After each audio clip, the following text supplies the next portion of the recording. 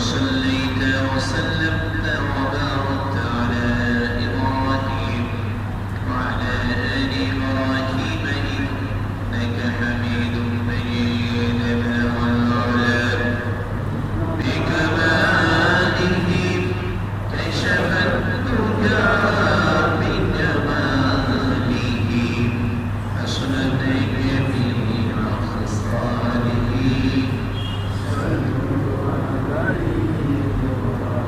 نقش قدم نبی کے جنت کے راستے اللہ سے ملاتے ہیں سنت کے راستے بلغ العلا بکماله کشف الدجى بجماله حسنت جميع خصاله صلوا عليه وآله لا إله محمد الشهرات كل شغلكم لا إله إلا الله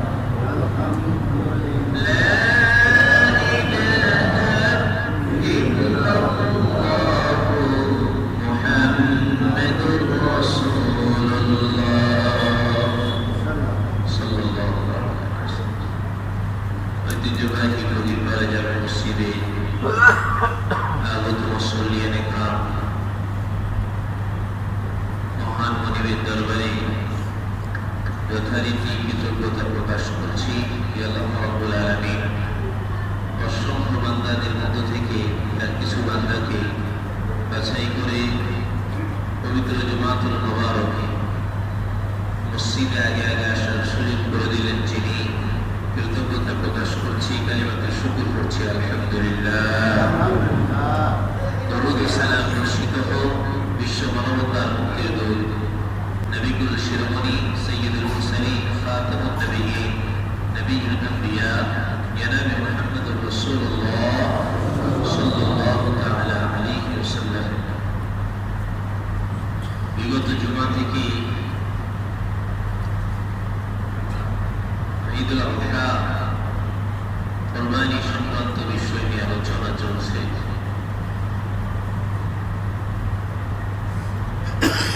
কুরবানির শাব্দিক পারিভাষিক নিসাব সংক্রান্ত বিষয় নিয়ে বিগত জুমাতে ফজিলত নিয়ে আলোচনা হয়েছে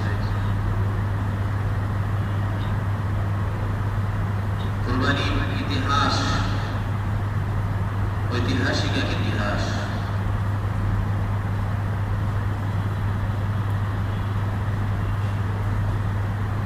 এক তিতিক্ষা নিজেকে উৎসর্গ করার নাম কোরবানি কোরবানি শুধু হাঁটে গেলাম মোটা তাজা গরু জবে করলাম গোস্ত খাইলাম আগের যে অবস্থা সেটি বিদ্যমান রইল এটা কোরবানির শিক্ষা নয় ঘটনা বলাও মাকসাদ নয় ঘটনা শ্রবণ করাও মাকসাদ নয় এই শিক্ষা গ্রহণ করে নিজের জীবনে বাস্তবায়ন করার নাম কোরবানি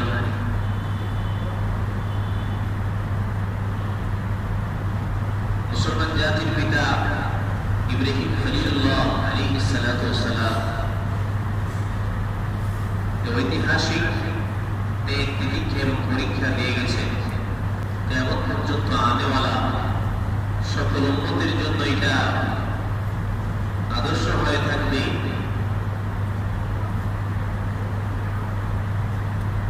যে তিতিক্ষার মাধ্যমে আল্লাহকে রাজি করা যায়, পরীক্ষার মাধ্যমে আল্লাহকে রাজি করা যায়। মুসলমানদের জীবনে পরীক্ষা আসবে, এটি স্বাভাবিক।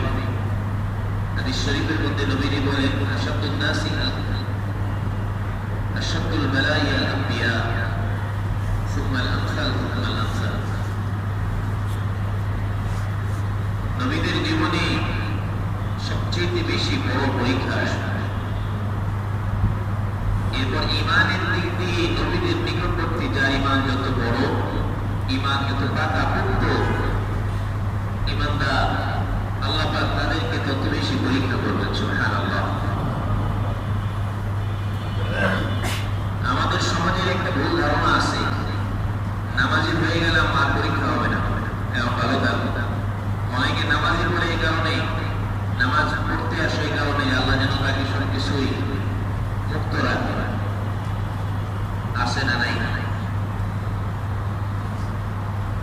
অনেকের ধারণা এমন ব্যবসা বাণিজ্য যেন লাভবান হতে পারি, এই জন্য নামাজ ধরছে। নামাজ তো আল্লাহর জন্য হলো না।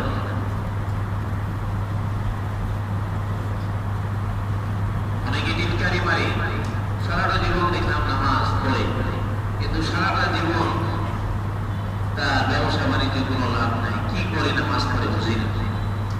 এমন অনেক বোকা মানুষ, মূর্খ মানুষ এমন কথাগুলো বলে। আল্লাহ এমন কথাগুলো থেকে আমাদের হেফাজত করে। সকলেই বলে আল্লাহুম্মা আমিন। তাহলে তো হুজুর সাল্লাল্লাহু আলাইহি সাল্লামের উপর যে পরীক্ষা আসছেন, ইব্রাহিম আলাইহিস সালাতু ওয়াস সালামের উপর যে পরীক্ষা আসছেন, সাহাবায়ে কিরাম রিদওয়ানুল্লাহি তাআলা আলাইহিম আজমাইনের উপর যে পরীক্ষা আসছেন, তারা কি কমজোর ইমানদার? নাউযুবিল্লাহ। ইমামে আযম আবু হানিফা রাহমাতুল্লাহ আলাইহি এই কষ্টার্জিত জীবন, ইমাম আহমদ ইবনে হাম্বল রাহিমাহুল্লাহ কষ্টার্জিত জীবন, ওনার কি ইমানের দিক দিয়ে কমজোরি ছিল না? বরং ফেরাউনেরই কোনো অসুখ হয়নি। বরং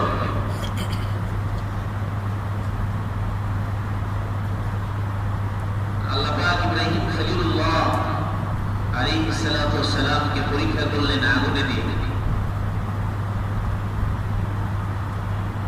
আগুনে নিক্ষেপ করলেন। তাকে বলা হলো, তুমি আল্লাহর প্রতি বিশ্বাস যে কালেমা পড়েছ এটা ত্যাগ করো, অথবা তোমাকে আগুনে নিক্ষেপ করা হবে। আমাদের সমাজে অনেক এমন মানুষ আছে, হুজুর সুদ যদি না খায় পরিবার চলবে কিভাবে? জীবন বাঁচানোর জন্য এটাও জায়েজ। নাউযুবিল্লাহ। পরিবার শরীয়তের একটা মাসলা আছে যে জীবন বাঁচানোর জন্য কিছু করার দরকার। এই মাসলাটা এত প্রচলিত হয়েছে যে মানুষ ছোট্ট একটা ওজন এটাকেও সামনে রেখে হারাম হালালের কোনো তোয়াক্কা না করে, ওলামাদের সাথে পরামর্শ না করে, ইমামদের সাথে পরামর্শ না করে নিজেই সিদ্ধান্ত গ্রহণ করে বলে এই কথা যে জীবন বাঁচানো তো খরচ, অতএব একটু গ্রহণ করা যাবে। তাহলে ইব্রাহিম আলাইহিস সালাতু ওয়াস সালাম আগুন নিক্ষিপ্ত হতেন না।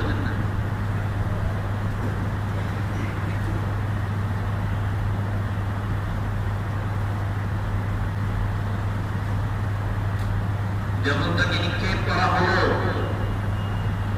আল্লাহ পাক আগুনকে বললেন, আগুন ইব্রাহিমকে পরীক্ষা আয়ের রেখে কোরআনুল কারীম আল্লাহ পাক বলেন, লা ইয়ানালুল্লাহু লুহুমুহা ওয়ালা দিমাউহা ওয়ালাকিন ইয়ানালুহু তাকওয়া।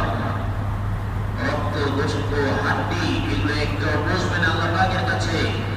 তোমাদের দিলের অবস্থা এবং কুরবানির যে শিক্ষা, এটা আল্লাহ পাকের কাছে পৌঁছবে। সুবহানাল্লাহ। আল্লাহ রাব্বুল আলামিন বললেন,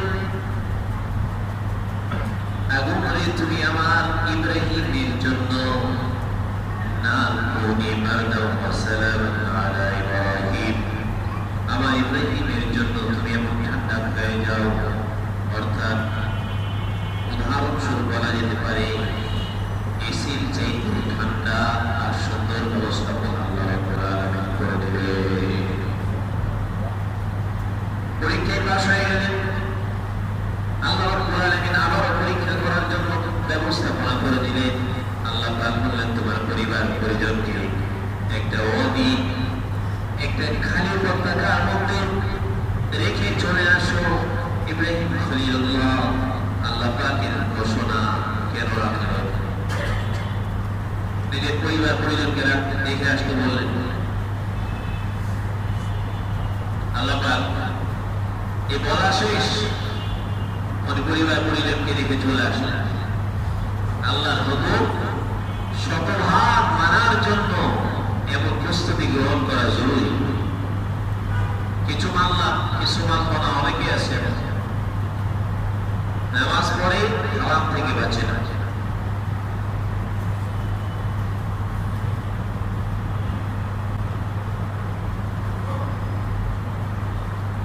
জামাতের সাথে আদায় করে, চোখে হেফাজত করে না, জবানে মিথ্যা বলে, মানুষের গীবত শিকায়াত করে, অন্তরের ভিতরে হিংসা ফাসাদে ভরপুর, মানুষের ক্ষতি করতে পেরে নিজেকে প্রশান্তি অনুভব করে, এবং পূর্ণাঙ্গ ঈমানদার হওয়া জরুরি, যার মাধ্যমে পুরো বডি আল্লাহ পাকের জন্য উৎসর্গ হয়ে যাবে। সুবহানাল্লাহ।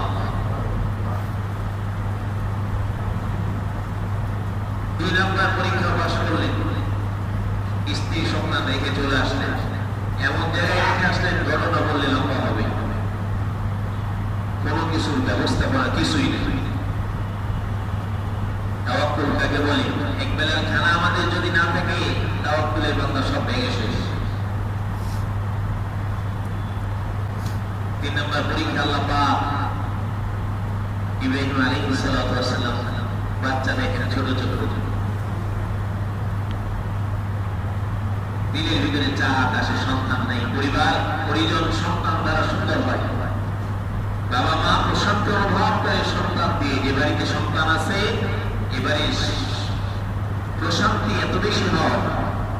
যে বাড়িতে সন্তান নাই তাদেরকে জিজ্ঞাসা করে, দুনিয়ার সবকিছু দিয়ে হলেও তারা সন্তান চায়। ইব্রাহিম খলিলুল্লাহ আলাইহিস সালাতু ওয়াস সালাম আল্লাহ পাককে বললেন, রব্বি হাবলি মিনাস সালিহিন, হে আল্লাহ তাআলা আপনি আমাকে সন্তান দান করেন, কিন্তু সন্তানটা হতে হবে নেককার। চিৎকার মেরে বলেন সুবহানাল্লাহ। নেককার সন্তান চাইতে হবে, বদকার নয়। এমন সন্তান চাইলে যে সন্তান আপনার পরবর্তী প্রজন্মের জন্য, আপনার জন্য নিরাময় থাকলো, যে সন্তানের কারণে আপনি দুনিয়ার জীবনে লাঞ্ছিত অপমানিত হলেন, আর আখিরাতের জীবনে এই সন্তানের কারণে বেইজ্জতি লাঞ্ছিত হয়ে স্থায়ী জাহান্নামীর আদিবাসী হবেন। এবং সন্তান চাওয়ার কোনো যুক্তি নেই। আল্লাহ পাকের কাছে চাইতে হবে, আয় আল্লাহ এমন সন্তান আমাকে দান করেন, যে সন্তানের কার্যক্রম, যে সন্তানের কৃতকর্ম দেখে আমার চোখ শান্তি হয়ে যাবে, যে সন্তানের কৃতকর্ম দেখে আমার দিল ঠান্ডা হয়ে যাবে, যে সন্তানের কার্যক্রমের কারণে দুনিয়াতে আমার ইজ্জত সম্মান পেয়ে যাবে, আর আখিরাতে এমন সন্তানের কারণে আমি যেন নাজাত পেয়ে যাই, আমি যেন এই সন্তান আমার জন্য নাজাতের ওসিলা হয়ে যায়। আল্লাহ এমন সন্তান আমাদেরকে দান করেন। সকলে বলে আল্লাহুম্মা আমিন। আল্লাহ পাক কবুল করে নিলেন। 86 বছর বয়সে সন্তান দান করলেন। সম্ভব? সম্ভব? আল্লাহ পাক যদি বলেন তাহলে নিজেদের প্রমাণ, এমন প্রমাণ তো অসংখ্য আছে।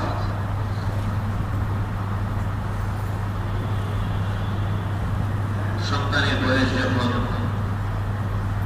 স্বপ্নে 13 বছর, মুফাসসিরিন লিখছেন,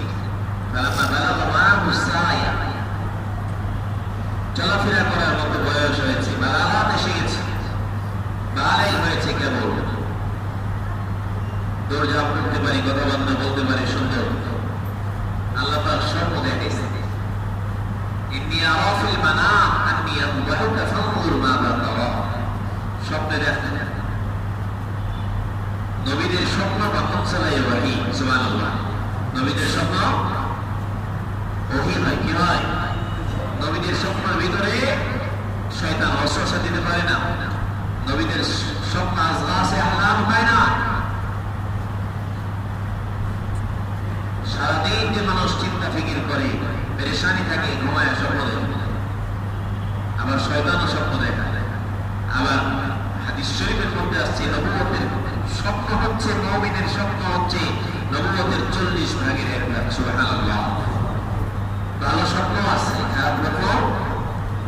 কিন্তু ইব্রাহিম খলিলুল্লাহ নবী যেহেতু বামনসলে ওহী, স্বপ্ন মানে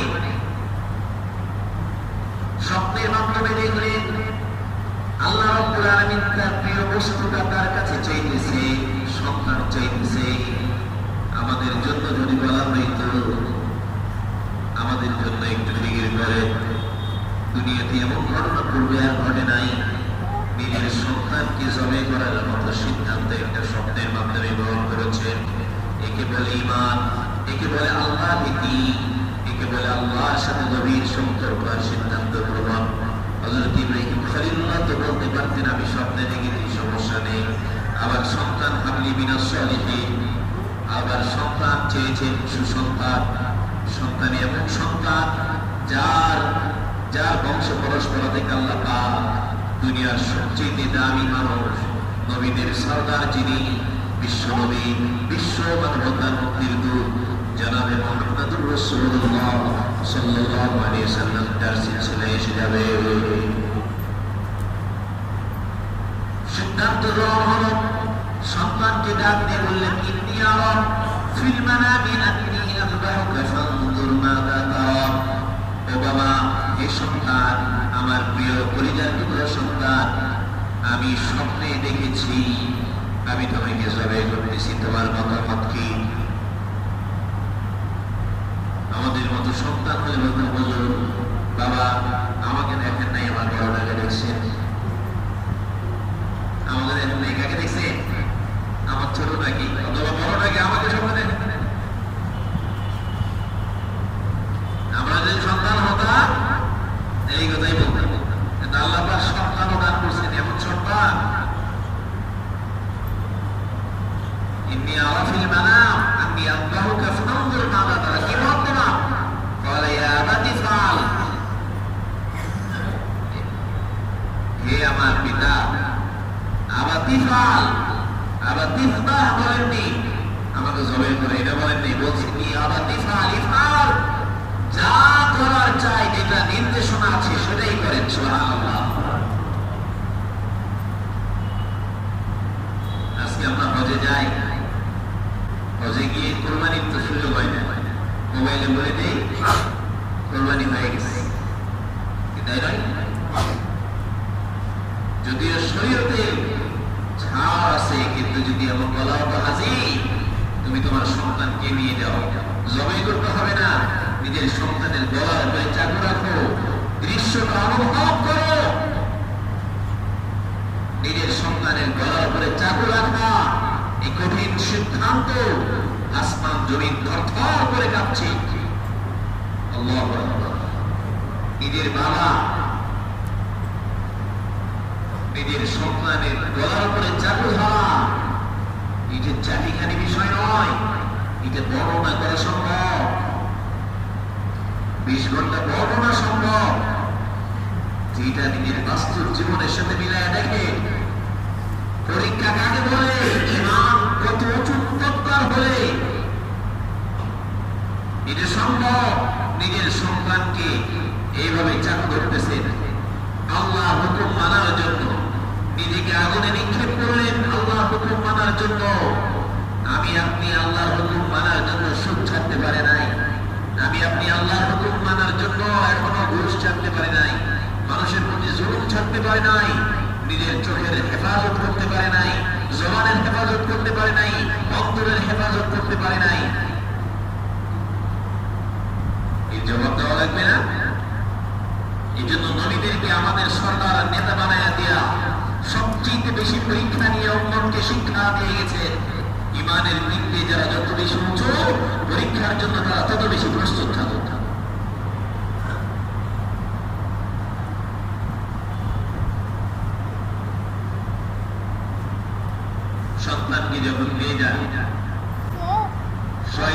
এসে বলতেছে ইব্রাহিম খলিলুল্লাহ, জাতির পিতা এমনি হওয়া যায় না, জাতির পিতা এমনি হওয়া যায় না। পরীক্ষা দিয়ে পুরো জীবনটা পরীক্ষা দিয়ে এরপর জাতির নেতা হয়েছেন, পিতা হয়েছে।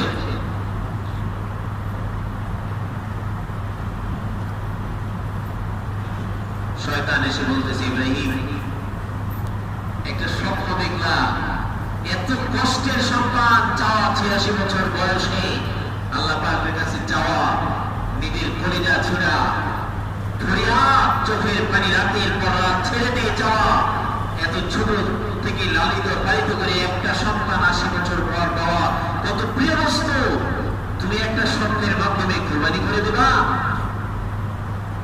হযরত ইব্রাহিম আলাইহিস সালাতু ওয়াস সালাম শয়তানকে ডাক দিয়ে বললেন, শয়তান রে, যদি একটা ইসমাইল, একটা সন্তান আল্লাহর হুকুমের জন্য যদি ইব্রাহিমকে বলা হয়, এবং 1000 ইসমাইল আল্লাহ পাক আমাকে দান করেন, আল্লাহ যদি আমাকে বলেন 1000 ইসমাইলকে জবাই করা লাগবে, 1 ইঞ্চি পরিমাণ পিছপা হব না, আল্লাহর হুকুমের সামনে কোনো ধরনের ওজর থাকবে না, 1000 ইসমাইলকে কুরবানি করতে আমার দ্বিধাবন্ধ হবে না।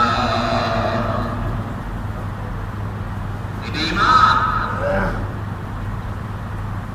এই জন্য শিক্ষা গ্রহণ করতে হবে, কোরবানি দেওয়া শুধু জলে করার নাম কোরবানি নয়, কোরবানি করেই নামাজে আসতে হবে।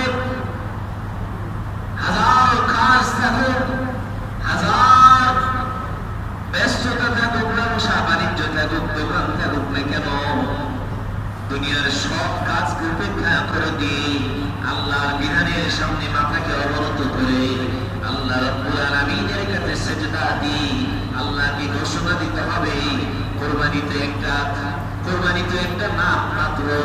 জীবনের 24টা ঘন্টা, জীবনের 1টা বছর 2টা বছর নয়, যতদিন আমার হায়াত থাকবে যতগুলো কোরবানি করার বিধিবিধান আমার জন্য এসেছে, আমি এক ওয়াক্ত নামাজ ছেড়ে দেব না। এক ওয়াক্ত নামাজ আমার ব্যবসা বাণিজ্য যে অবস্থায় আছে, আযান হয়ে গেলে আমি আবার কোরবানি করে মসজিদে এসে নামাজ আদায় করার নাম প্রকৃত কোরবানি। টাকা হয়ে গেছে, জনসম্পদ এসে গেছে, যাকাতের বিধান এসে গেছে, আমি আমার সকল সম্পত্তি সব বিকাশ করে গরিবের মাঝে বন্টন করে দেওয়ার নাম আসল কোরবানি। আমার টাকা পয়সা হয়ে গেছে, হজ ফরজ হয়ে গেছে, হজ্জে বাইতুল্লাহ আদায় করার নাম আসল কোরবানি। এটাই কোরবানি, নিজেকে উৎসর্গ করা, প্রতিটি বিধানের ক্ষেত্রে উৎসর্গ করার নামই কোরবানি। কোরবানি শুধুমাত্র পশু ক্রয় করে জবাই করার নাম কোরবানি নয়, কোরবানি গোশত খাওয়ার নাম কোরবানি নয়।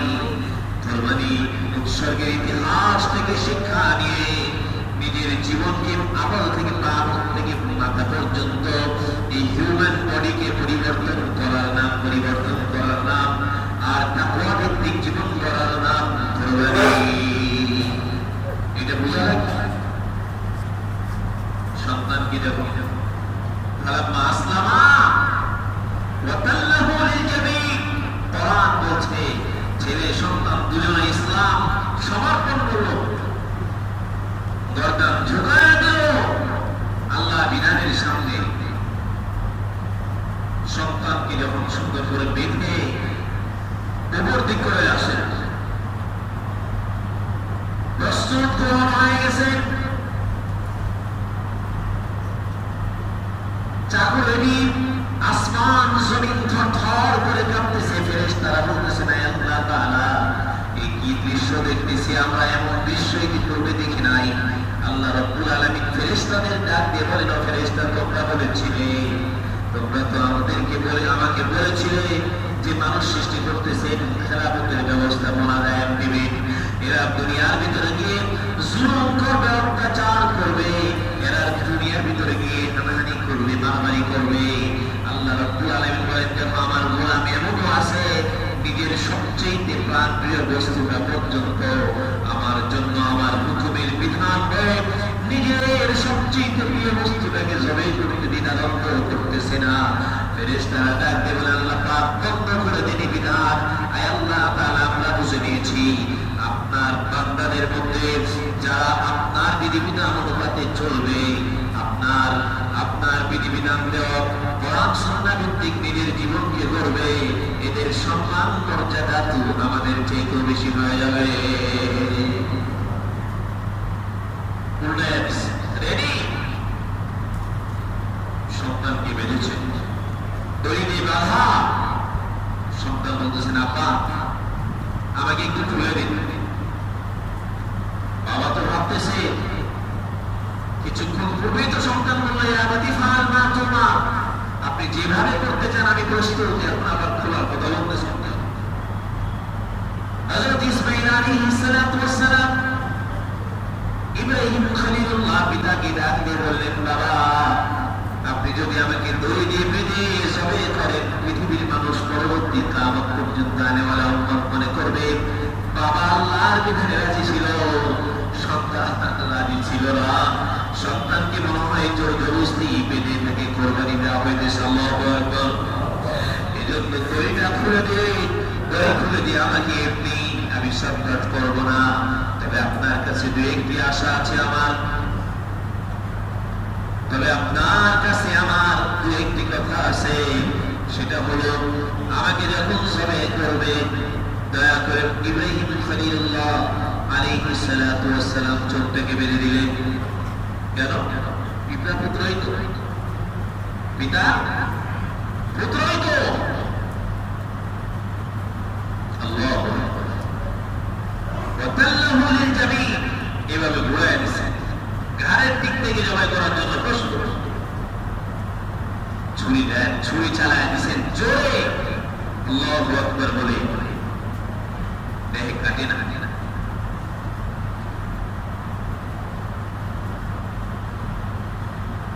কাটা। এরপরে আরো জোরে, আবারও গোছায়া সুন্দর করে নিয়ে ঘুরায় দিয়েছেন, জোরে চালাইয়া দিয়েছেন। দেহে কেটে গেছে গর্দা। ইব্রাহিম খলিলুল্লাহ আলাইহিস সালাতু ওয়াস সালাম চোখ খুলে দেখেন সন্তান পাশে হাসতেছে। আল্লাহ পাক বেহেশতে দেখে দুম্বা পাঠায়া দিয়েছেন, দুম্বা জবাই হয়ে গেছে। সুবহানাল্লাহ। এটা ছিল ঈমান, এটা ছিল পরীক্ষা। আল্লাহ পাক কোরআনুল কারীমের মধ্যে বলেন, কদ সাদ্দাকা রুইয়া ইন্না কাযালিকা নাজজিল মুহসিনিন। ইব্রাহিম, তুমি যে স্বপ্ন দেখেছো, স্বপ্ন বাস্তবায়ন করেছো। ইন্না কাযালিকা নাজজিল মুহসিনিন, তুমি পরীক্ষায় শতভাগ পাস। শুধু এমনটা নয়, শুধু তোমার জন্য নয়, আনেওয়ালা কিয়ামত পর্যন্ত এই উম্মত যতদিন তারা পরীক্ষা দিয়ে পরীক্ষায় সফলতা হবে, সেটা ঈমানের পরীক্ষা হতে পারে, ইবাদতের পরীক্ষা হতে পারে, সেটা দান সৎকার পরীক্ষা হতে পারে, নামাজের পরীক্ষা হতে পারে, যাকাতের পরীক্ষা হতে পারে, হজের পরীক্ষা হতে পারে, শরীয়তের সকল বিধিবিধানের পরীক্ষা হতে পারে। যারা এই সব পরীক্ষাগুলোতে শতভাগ উত্তীর্ণ হবে, আল্লাহ বলে, ইন্না কাযালিকা নাজজিল মুহসিনিন। ইব্রাহিম, তোমার সম্মানের মর্যাদার ইজ্জত যেভাবে আমার কাছে উত্তীর্ণ হয়েছে, আমার উম্মতের মধ্যে যারা এই পরীক্ষায় শতভাগ উত্তীর্ণ হবে, তাদেরকেও সেই ফলাফল আর পুরস্কারে পুরস্কৃত করা হবে। সুবহানাল্লাহ। এজন্য আমরা রাজি আছি পরীক্ষার জন্য। আসি না রাজি? নামাজ পড়বো সবাই। প্রথম পরীক্ষা হলো যুব সমাজ, নামাজ পড়ো। এত বড় মসজিদ টাইলস দিয়ে সুসজ্জিত করা হয়েছে, এটা ফজরে ইফতার বানানোর জন্য নয়। লজ্জা লাগে না তুমি সারা রাত মোবাইল চালাও? তোমার লজ্জা করা উচিত। তুমি কালেমাওয়ালা মুসলমানের ঘরের সন্তান, ফজরের আযানের সময় তুমি কেমনে ঘুমায়া থাকো? এক কাতার মুসল্লি কেন হবে? এত বৃহৎ মসজিদ, এত বড় এলাকার মসজিদ, যদি যুব সমাজ থেকে মুরব্বীরা পর্যন্ত 4 স্টলে ফজরে বসে থাকে, বেহায়ার মতো নামাজে শরীক হয় না এরা। এর চেয়ে দুঃখজনক অধ্যায় হতে পারে না। নামাজ যারা পড়লো না, মান তারাকা সালাহ ফাকাদ কাফারা, সে কাফের হয়ে গেছে। নবীজি হাদিসের মধ্যে বলেছেন।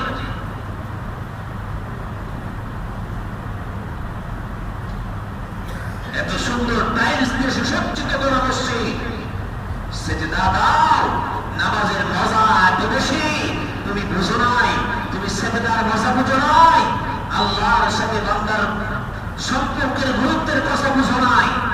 এটা যদি বুঝতা দুনিয়ার সবকিছুকে ফলাইয়া দিয়া মসজিদের মধ্যে এসে আগে সেজদা দিতা, অন্তরের প্রশান্তি অনুভব করতা। টাকা পয়সা দিয়ে অন্তরের প্রশান্তি আসে না, ধন সম্পত্তি অন্তরের প্রশান্তি আসে না, টাইলস ওয়ালা বিল্ডিং দিয়ে অন্তরের প্রশান্তি আসে না, এসি লাগায় অন্তরের প্রশান্তি আসে না। অন্তরের প্রশান্তি আল্লাহর গোলামি আর দাসত্বের মধ্যে আসে। আল্লাহ আমাদের সে তৌফিক দান করেন, সকলে মিলে আল্লাহুম্মা আমিন। ওয়া আখিরু দাওয়ানা আলহামদুলিল্লাহি রাব্বিল আলামিন। সাল্লাল্লাহু তাআলা আলা নবিয়্যিল কারীম। আসসালামু আলাইকুম ওয়া রাহমাতুল্লাহি ওয়া বারাকাতুহু। আলহামদুলিল্লাহি রাব্বিল আলামিন। ربنا ظلمنا أنفسنا وإن لم تغفر لنا وترحمنا لنكونن من الخاسرين. اللهم رب ارحمهما كما ربياني صغيرا. رب ارحمهما كما ربياني صغيرا. اللهم اهدنا الصراط المستقيم مع النبيين والصديقين والشهداء والصالحين. وهي الدنيا شر شكبا مولا পবিত্র জুমাতুল মুবারকের জুমার নামাজ আদা করে দরুদ শরীফ ইস্তিগফার করে ভিক্ষুকের নেই দুইখানা হাত উত্তোলন করে দিয়েছি জমিন আসমানের মালিক। তাই আল্লাহ তাআলা জীবনে যত গুনাহ করেছি কবিরা সগীরা জাহিরি বাতিনি প্রকাশ্যে অপ্রকাশ্যে, রব্বুল আলামিন একটা নেকি করলে 10টা পাপ গুনাহের কারণে পিছিয়ে যেতেছি মাওলা। গুনাহে জর্জরিত সমাজ, গুনাহের প্রতিযোগিতা চলছে মাওলা। সম্ভবত এমন কোন গুনাহ নেই যা আজকে সমাজের মধ্যে বিরাজমান নেই। হে আল্লাহ তাআলা, মুসলমান পবিত্র জাতি, হে আল্লাহ তাআলা, যাদের আদর্শ দেখে ভিন্ন ধর্মাবলম্বীরা কৃষ্ট হবে, আজকে আমরা আমাদের আদর্শ এমন জায়গায় পৌঁছেছি তারা আমাদের দেখে ঘৃণা করে, আমাদের আদর্শ থেকে তারা ঘৃণা করে। আল্লাহ তাআলা দয়া করে মায়া করে মাওলাই কারীম এসব খারাপ অধ্যায়গুলোকে আপনি আমাদের থেকে হটায় নিয়ে ইসলামের খুব সুন্দর বিধিবিধানগুলোকে নিজেদের জীবনে বাস্তবায়ন করে আল্লাহ তাআলা আপনি আমাদেরকে কবুল আর মঞ্জুর করে নিন। রব্বুল আলামিন, আল্লাহ তাআলা যতগুলো গুনাহ করেছি কবিরা সগীরা জাহিরি বাতিনি প্রকাশ্যে অপ্রকাশ্যে, দয়া করে মায়া করে তামাম জীবনের গুনাহ খাতাগুলোকে মাফ করে মাসুম বানায় দিন। আল্লাহ তাআলা যাদের নাম ঘোষণা করা হলো আর মসজিদের শুরুলগ্ন থেকে নিয়ে আজ অবধি পর্যন্ত যারা সহযোগিতা করলো, টাকা দিয়ে পয়সা দিয়ে বুদ্ধি পরামর্শ দিয়ে মাথার গাম পায়ে যারা কষ্টার্জিত অর্থ আপনার ঘর বিনির্মাণের জন্য যারা সহযোগিতা করলো, আল্লাহ তাআলা কিয়ামতের দিন মুসিবতের সময় বাবা যখন তার সন্তানকে চিনতে পারবে না, মা যখন তার কলিজার টুকরা সন্তানকে চিনতে পারবে না, এবং কঠিন বিভীষিকাময় মুহূর্তে এই নাজাতে আল্লাহ তাআলা এই নাম সংখ্যাগুলোকে আপনি নাজাতে সরিয়ে বাড়ায় দিন। রব্বুল আলামিন, মসজিদের কাজ চলতেছে, আল্লাহ তাআলা আপনার বান্দাদের দিলকে আপনি খুলে দিন। ওরা যেন দিল খোলা করে মসজিদের এই কাজকে প্রাণ করে সহযোগিতা করতে পারে তৌফিক দিয়ে দিন। আপনার বান্দাদেরকে তৈরি করে দিন, মসজিদ কমিটিকে যেন কারো কাছে হাত পাততে না হয়, আসমানি খাজানা থেকে আপনি পুরো করে দিন মাওলা। আপনার বান্দাদের দিলের ভিতরে আপনি ফিরে দিন মাওলা। এমন এমন প্রয়োজন মসজিদে তারা যেন গোপনে এসে প্রয়োজন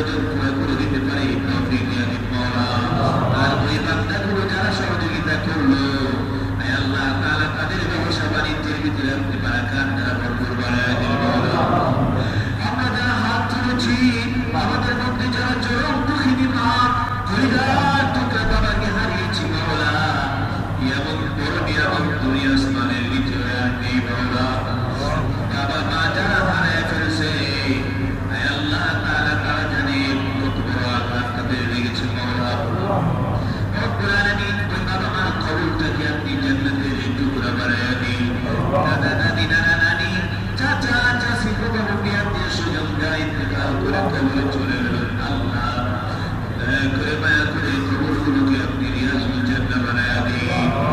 আল্লাহ তাআলা মওলাই কারীম, মওলা কুরবানির আলোচনা হয়েছে আমাদের জাতির পিতা ইব্রাহিম খলিলুল্লাহ আল্লাহ তাআলা যে আদর্শ রেখে গেছেন মাওলা, পরীক্ষার যে দৃষ্টান্ত তিনি স্থাপন করে গেছেন মাওলা, আমরা যেন সে পরীক্ষা অনুসরণ করতে পারি এবং শতভাগ উত্তীর্ণ হতে পারি সে তৌফিক আপনি আমাদের নসিব করে দিন।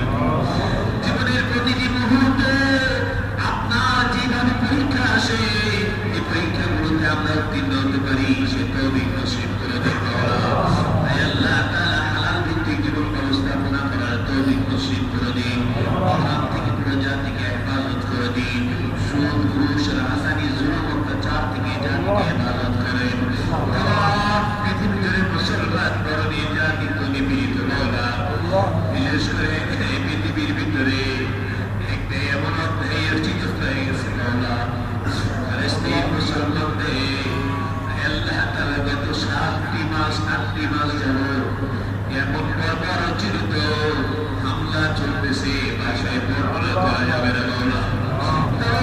পৃথিবীর মুসলিম কান্ট্রিগুলো শুধুমাত্র মুখে জবানের মাধ্যমে বিবৃতির মাধ্যমে থেমে রয়েছে মাওলা। আল্লাহ তাআলা এই মুসলিম কান্ট্রি যারা অপরাধ করতেছে মাওলা, আল্লাহ তাআলা তাদেরকে আপনি হেদায়েত নসিব করে দিন মাওলা। আল্লাহ তাআলা একটি দেশ এভাবে নিঃশেষ হয়ে যেতেছে মাওলা, এইভাবে ধ্বংসলীলার ভিতরে মাটির সাথে মিশিয়ে দেওয়া হলো মাওলা। এতগুলো মুসলমান, 100 কোটি মুসলমান নির্লজ্জতার মতো আমরা তাকায় তাকায় দেখতেছি। আমাদের মুসলমানদের মুসলিমটা দায়িত্বে আছে, এদের মাথা গাবে নেই মাওলা। আল্লাহ তাআলা আপনি ফিলিস্তিন মুসলমানদের হেফাজত করে দিন। আল্লাহ তাদের সহায়তা মাওলা। আল্লাহ কবে আমরা দেখব, আল্লাহ তাআলা মুসলমানদের বিজয় কবে দেখব মাওলা। যতদিন থেকে পৃথিবীতে এসেছে আর জ্ঞান হয়েছে তারা পৃথিবী জুড়ে তাকায় শুধু আপনার বান্দাদের কষ্ট দেখতেছি মাওলা। আল্লাহ কবে আপনি মুসলমানদের বিজয় দিবেন, কবে আমরা মুখ উঁচু করে চলতে পারবো। আল্লাহ তাআলা মুখ উঁচু করে চলার জন্য যে ইমানের প্রয়োজন আপনি আমাদের দান করে দিন। ফিলিস্তিন মুজাহিদ হামাস যোদ্ধাদেরকে শতভাগ সাধুবাদ জানাই। আল্লাহ তাআলা পৃথিবীর পরাশক্তিদের সাথে চ্যালেঞ্জ করে এখন মোকাবেলার মধ্যে টিকে রয়েছে। আল্লাহ গায়বী মদত দিয়ে, গায়বী সহযোগিতা দিয়ে হামাস মুজাহিদদের আপনি সহযোগিতা করে দিন। আল্লাহ তাআলা বদরে যেভাবে ফেরেশতা বর্ষণ করে, ফেরেশতা অবতরণ করে সহযোগিতা করেছেন মাওলা, ওই ফিলিস্তিনের নির্যাতিত, নিপীড়িত ওই বান্দাদের ফেরেশতা